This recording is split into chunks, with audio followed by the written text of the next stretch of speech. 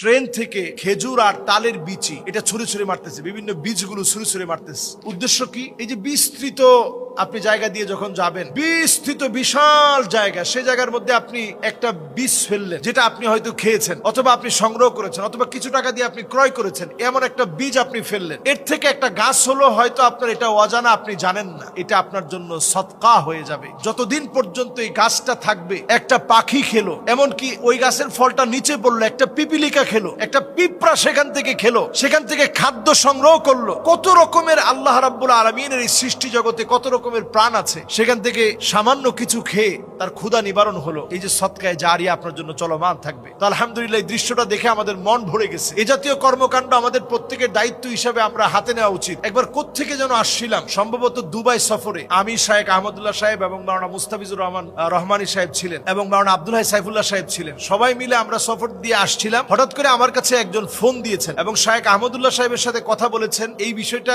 কেন্দ্র করে, যে আপনি বৃক্ষরোপণের জন্য আপনি অনেক কর্মসূচি হাতে নিয়েছেন। আমি সবগুলোতে যদিও অংশগ্রহণ করতে পারি না, কিন্তু আমি যখনই কোনো ফল খাই, ফল খাওয়ার পরে এই বিচিটা আমি শুকাই, এটা আমি রেখে দেই, এবং আমি যখন ঘর থেকে বের হই অনেকগুলো এরকম বীজগুলা নিয়ে আমি বের হই, বিসমিল্লাহ বলে আমি এটা ফেলি। উদ্দেশ্য থাকে এই, যেখান থেকে যদি গাছ হয় সেটা যেন সদকায়ে জারিয়া হয়ে যায়। সুবহানাল্লাহ বিহামদি। তো আমরা সবাই ওইখানে ওলামায়ে কেরামের একটা বহর ছিল, আমরা সবাই অবাক হয়ে গেলাম যে এই চিন্তা তো আমরা অনেক সময় আলেম হিসেবে আলেম হয়েও এটা আমরা নিতে পারিনি, যে আমি আমার নিজের সদকায়ে জারিয়াটা ঠিক করি, বড় পরিসরে না পারলেও নিজে কিছু সদকায়ে জারিয়ার কাজ করে যাই। তো এই কাজটা দেখে আমরা অনেকেই অনুপ্রাণিত হয়েছি। আমরা এই রমজানে এই জাতীয় কাজগুলো করব। একটা দান বক্স করব, প্রত্যেক দিন আপনি কিছু না কিছু দান করেন, হয়তো আপনি শেষে গিয়ে আপনার গরিব দরিদ্র মানুষের হাতে পৌঁছে দিবেন, কিন্তু আপনি রমাদানের প্রত্যেকটা দিন যেন আল্লাহর কাছে আপনার নামটা নতুন করে লিপিবদ্ধ হয়, এই জন্য প্রত্যেকটা দিন আমরা কিছু না কিছু ভালো কাজ করি। আর এই সহজ কাজ, গাছ লাগানোর মতো একটা কাজ করে আমার আপনার মৃত্যু পরবর্তী সময়ের একটা সদকায়ে জারিয়া কিন্তু আমরা রেখে যেতে পারি।